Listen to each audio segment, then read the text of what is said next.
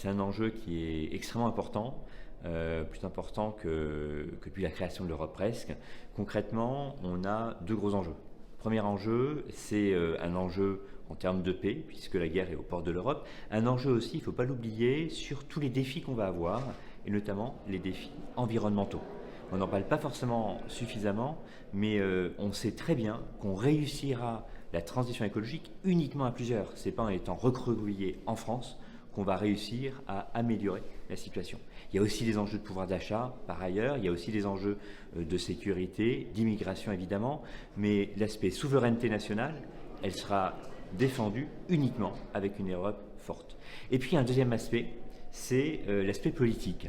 C'est la confiscation de l'élection européenne par des partis politiques qui veulent rejouer les matchs de l'élection présidentielle ou au contraire qui veulent confisquer l'Union européenne en récupérant les indemnités, en contribuant, en ayant un écho médiatique en France. L'Ukraine, ça va être un enjeu de souveraineté au sens national du terme, de souveraineté militaire.